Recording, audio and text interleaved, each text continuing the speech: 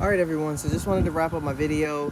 I know the event coverage that I got so far was not a ton, so I totally understand that, and I want to make sure that I'm letting you guys know what's going on out there on the water on these vlogs. So for day one, I managed 4 fish. Just to kind of recap, day one I managed 4 fish, 9 pounds 3 ounces I believe is what I had for 4 fish.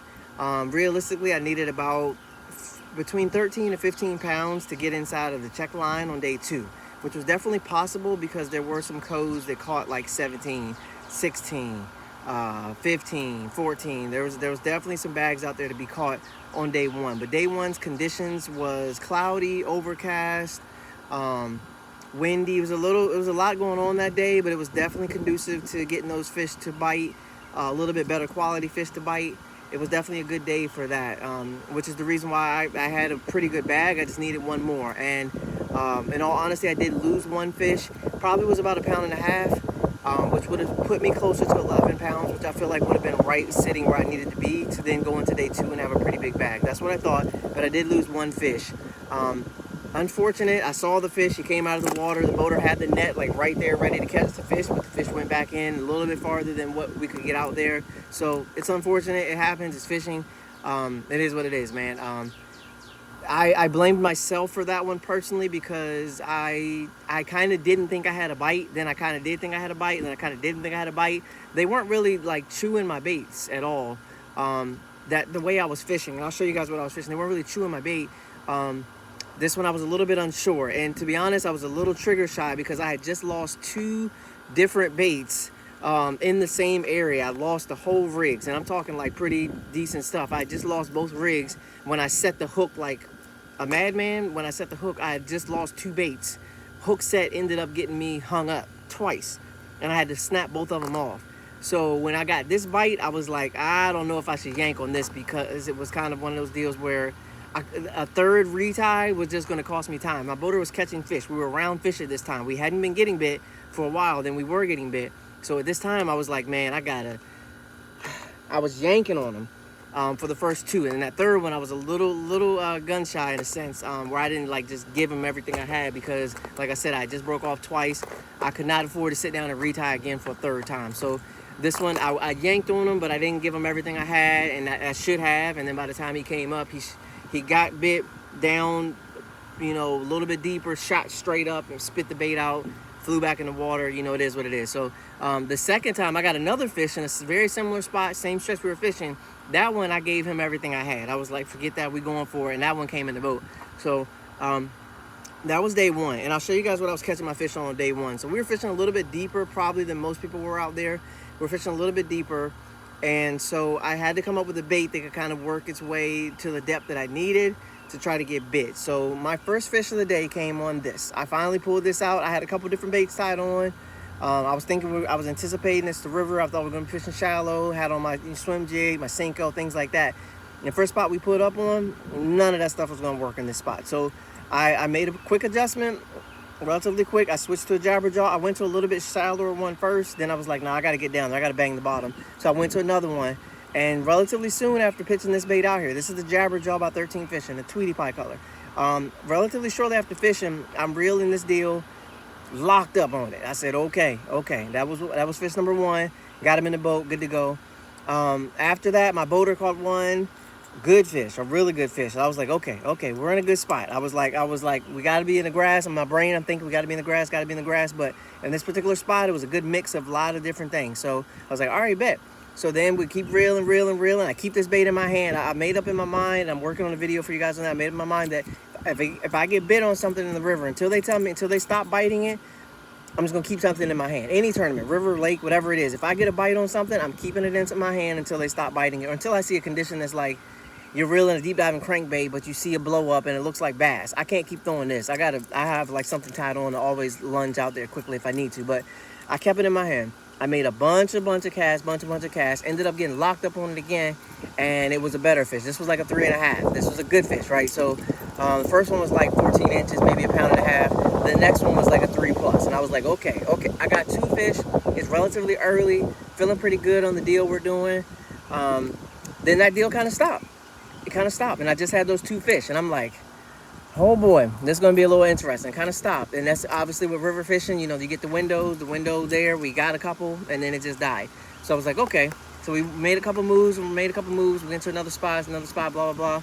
I ended up getting a third fish. The third fish came on, and also I lost one on this too. It's kind of unfortunate, but the third fish came on this. This is my Omega Custom Tackle jig. I don't have the trailer on there now. It was just a crawl trailer. But 13 Fishing Righteous Omega Custom Tackle Righteous Finesse Jig. That's what it was. Omega Custom Tackle Righteous Finesse Jig. It's green pumpkin, but the trailer was a little bit different, and that's kind of, I think that's what the deal was the trailer. This gave me the right like fall rate that I needed, but the trailer I think was what they were keying in on. So combination of the two basically. So this is what I hooked up on one. I didn't yank on him. I didn't get the one in. The next one I yanked on him, he came right in the boat. And yes sir, got that. You guys saw the picture of that one earlier. Fish, he choked it. It was good. Probably about a 2-pounder. So pretty good so far. I probably have like what is that, 3 3/4, 3.5 plus maybe like a 2 and a 2, so 3, 5, 7, about there, maybe somewhere around there. And I didn't get any more bites there at all. We ran around. We finally got to another spot out there. Probably had about 15 minutes left to go before check-in. I got 3 fish. I'm like, come on, I gotta get one more. I gotta get 2 more in my brain, but I was like, I gotta get one more, at least one more. Went back to this. We went back to depth, and the depth honestly was not right for this. In my brain, it wasn't right for this. This was too deep for what we were fishing. But I was like, I'm trying to pound this thing into the bottom. I'm trying to grind this thing into the bottom. I want it banging everything. So I was like, I don't really have time to be fooling around and switching and getting all this. We got 15 minutes. So I pulled this one back out, and I was like, I'll just keep my rod tip up a little high if I feel like I just can't get through it all, because I knew there was rocks there. So I pulled this back out. Bang, bang, bang, bang, bang, bang. It pops into like this little rock. I feel it hit the rock, and it obviously floats up a little bit. Smoke. I set the hook on him. Get him coming towards me. He's hooked good. Bam, fish number 4. So that wraps up my fish number 4, and I'm feeling pretty good about the day. We're good to go. We get in, weigh in, got 9.5 pounds, 9 pounds, 3 ounces, and I'm looking at the leaderboard. I was in 28th, 29th, 30th, 31st. By the time I looked at it at the end of the day, I was in like 100th place. I was like, on my home river, knowing there's good quality fish out there. 9 I thought would have got me somewhere decent. I really needed that 11. The thing was, the difference was 11 pounds got you in like the 30s. 9 pounds got you in the hundreds.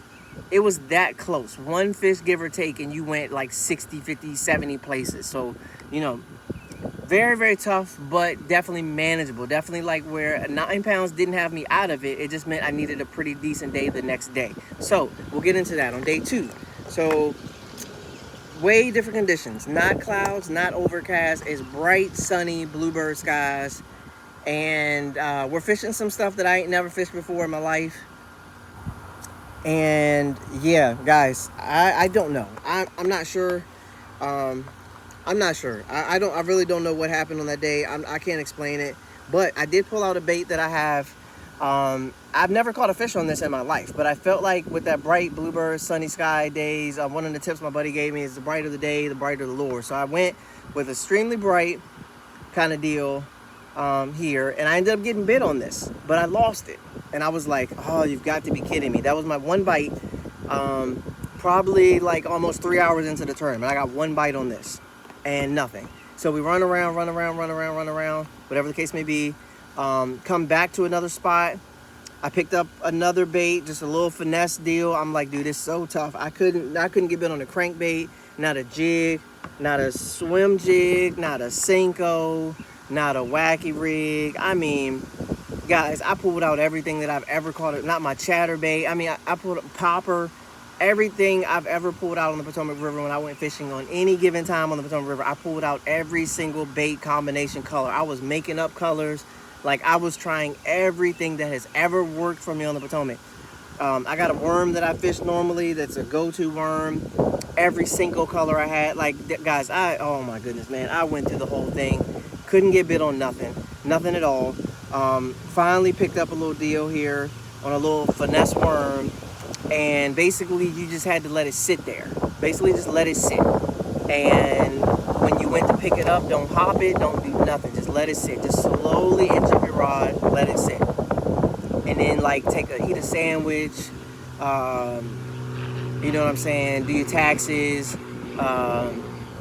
you know, possibly do some homework that you was supposed to be doing, and then go like this again with the rod, and then eventually like 37 minutes later one bass will swim by and pick it up. It was so slow. Like, I've never had to fish that slow in my life on the Potomac, and I was completely, utterly like, I'm just like, dude, they're probably, and I'm gonna be honest with you guys, because I'm always transparent in my videos. At about 2:30, our check-in was like 4:15. At about 2:30, I had finally caught one fish. So I caught one fish basically while I was doing exactly what I just told you, sitting there doing nothing. I was looking in the water at stuff that was floating. I was like counting stuff that was floating by.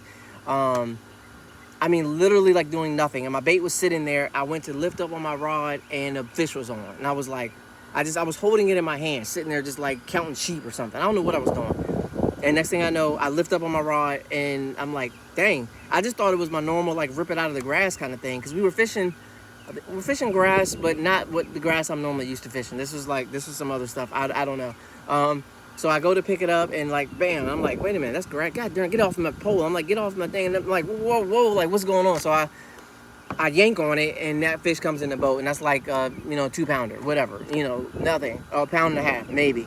So I'm like, okay, that's one. That tells me something right. Slow down, slow way down. And it's not to say I wasn't slow before. I was reeling my jig, like my swim jig. I don't know if you guys see my hand moving because it's not. This is how slow I was reeling my swim jig. So you can imagine every cast was taking like 37 minutes. I started like this, hopping and getting to the grass and ripping free and all that. None of that was working, man. Like, it was insane, guys. I threw my drop shot, man, guys. So at about 2:30, I had one fish. I knew my chances of qualifying, getting a check, everything pretty much was done. I got one fish. I pretty much just wanted to stop bass fishing. I was like all of us have. You guys have all been there, I'm sure. I was like, look, I'm done with tournament bass fishing. If this is how it is, if this is what I worked all year long to get to, and then I got to deal with this, like, this ain't it, man. This is not it. I'm like, this is not the career for me. I gotta go back to basketball or something, man. I gotta be like able to cross somebody up or do something. Like, I can't. I was so frustrated, guys. I was so frustrated. And then like 2:35, I caught fish number 2, and I'm like, okay, well, here we go. We're back. Let's go right back to fishing, right? I'm like, here we go. I'm right back in it. I'm like, okay, now I got 2. Let's try to get 3. Doing the exact same thing though, guys. So like from 2:30 to 2:35 was like half of one cast, and I ended up getting bit again. I'm like, okay, same deal, little finesse worm. I'm like, all right, let's just keep this dialed in. We had a little flurry. My boater caught like 2, filled out his limit. I caught my 1. Like, all right, let's try this, right? I go back to the same thing, nothing else. Not a single solitary bite for the next hour and a half. And we had to weigh in at 4:15. So like 3:52. At 3:52, I switched colors back to this type of color, like a June buggy kind of color. Switch back to this color, bluebird skies again, nothing happening, no water moving, no nothing. End up catching one that's like 12 inches, maybe on a good day. On that day, he was barely 12 inches. I measured him, he was 11. I measured him, he was 11. He turned into 12, he went back to 11. He turned into 12, he went back to 11. Like, I flipped that fish over several times trying to get him, and he ended up being 12. So that was my 3rd fish. So all total, day 2, I had 4.5 pounds. Pair that with day 1, I had 9, so like 13 pounds total. Finished in like 100-something plays. I have no idea. I didn't even want to check it at this point because the dudes were catching 17, 16, 15 still. So I'm like, for one, I know I can do that. I've done that before on any given day out there in the Potomac. So to go into this deal and then have it not pan out even remotely close to what I was hoping for, kind of was frustrating, kind of stung a little bit. But as anything, always keep your head up, always keep grinding. You never let that stuff get to you. That's just fishing. Fishing is one of the most humbling sports out there. Obviously, you can know exactly what you're doing. You can be doing the right thing. You'll get back to the ramp and have somebody else tell you they did exactly what you did all day, but they were whacking them. Usually that has to do with being around active fish versus non-active fish, but it's okay. You know what I'm saying? Like, you do the best you can with what you have, and you make adjustments and what you can. So I'm very happy that I was able to catch them the way I like to on day 1. Day 2 was not the way I like to at all, but I did manage 3. I could have just took an L and just said, hey, look, it's whatever, man. I got really hot again. I was not feeling that great. Like, it just was. I was like, man, this just, I don't know, man. I gotta do something. So Anyways, I made it through Toyota Series. Didn't have a finish I want. Congratulations to Carter. He did end up winning the tournament. Congratulations to Dave. He ended up taking second place. Kermit Crowder. I think Lenny cashed a check. Joshua Torres. There's a lot of people that I know that were fishing it that did really well. Caldwell, my buddy Caldwell. Like, there's a lot of guys out there that did it and came out there and put in their time, did their thing. And, you know, everybody tried their best, man. Tried their best and did what they could. So a lot of us that can catch them out there, you know, it depends on where you're at, who you're with, you know, the styles match up. Can you do what you need to do? Are you around enough fish for everyone to do well, or just one or two random fish here or there, and only a certain way is going to do well? Like, it just really depends, man. There's a lot of factors that go into it. But either way, all said and done, I'm thankful for both my boaters on day 1 and 2. Had a good time. Huge shouts out to my buddy Tim as my boater from day 1. Man, we had a blast fishing, dude. Like, we had a very blast fishing. I sometimes you enjoy the day on the water. Sometimes you just kind of get through it. With Tim, I really enjoyed the day on the water. Day 2, Marvin, super nice guy, knew exactly what he was trying to do and had a pretty good game plan. Unfortunately, just not enough fish there where we were at to get where we both were trying to get to, because he was trying to get a check, trying to get in their deal. He ended up with maybe like 10.5 pounds himself as a boater. I ended up with like 5, so, you know, or 4.5. So it is what it is. I'm looking forward to the next one. I'll be back at it again next year, to line up again and go take my shot again and see what I can do. But I just want to do a recap for you guys. I know a lot of you guys like to see the fishing side of it. I got a whole video coming up of me fishing, showing my Toyota Series practice, how I was catching them. I practiced myself for the tournament like 2 days, which I never really do. But I went out and practiced myself. I dialed in some colors that were working, different conditions, different type of things to try to make sure I was prepared. And I put together like almost a 12-pound bag by myself in really difficult conditions with like super pressure on everything I tried to get to. I still managed to find some spots to myself and catch some fish. The other day, same deal. I was able to put together a decent bag, find some fish, that type of thing. Doing things I like to do, things I don't always do, but I know how to do. So I put in my time to get out there and try to be successful. And, you know, I feel like I did the best I could with what I had. I don't have any regrets at all. I do wish I'd keyed in on the color on day 2 a little faster. A lot of people tell you color doesn't matter, just put the bait in the right spot. That was not the case on this day. If you did not have the specific color, and I'll tell you why, because every fish that came in the boat on day 2 for us came on the exact same color. And I threw a bunch of colors. My boater threw a bunch of colors. They would not touch nothing. And I'm telling you, I fished them all the same way.